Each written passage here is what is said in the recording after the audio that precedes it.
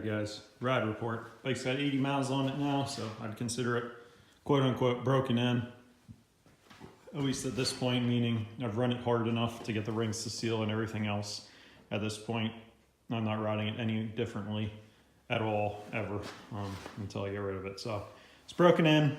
Obviously things will get better, like the suspension will get better, but just got this new exhaust on and man, is it sweet. It saved at least 6 pounds from the other cam. Bolted right in. Came with this carbon heel guard, which I'm going to adjust down this way about an inch, just because it'll look better that way. Still functional.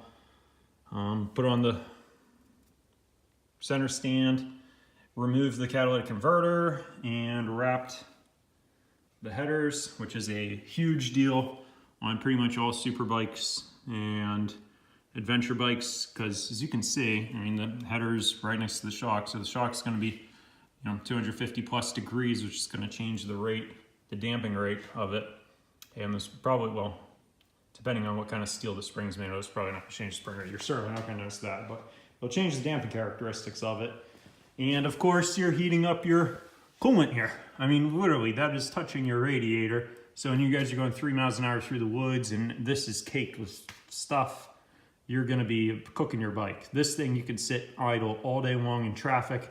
I run it real hard here. It's just spinning constantly, doing like 25 miles an hour on the rear tire while the bike's standing still for a good 20 seconds at a time, trying to get through mud bogs, that kind of deal. It is never going to get hot.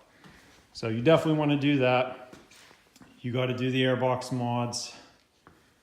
I'm in the middle of trimming out this section here on the guard so I can get the lever over more to the right. Did the bar risers, they're a little too tall. I'm 6'1.5" on a good day, so 6'1" on a bad day. And you want to be as leaned over as far as possible on this thing when you're accelerating while standing. I mean, if you're just piddling through the woods, it doesn't matter. But yeah, you want to be leaned far forward. So I need to find something that's like 10 millimeters lower, like half the difference. Of course, did the emissions removal stuff. Got some new tires to put on it, VRM 401s, which are much more aggressive than the TKC 80s.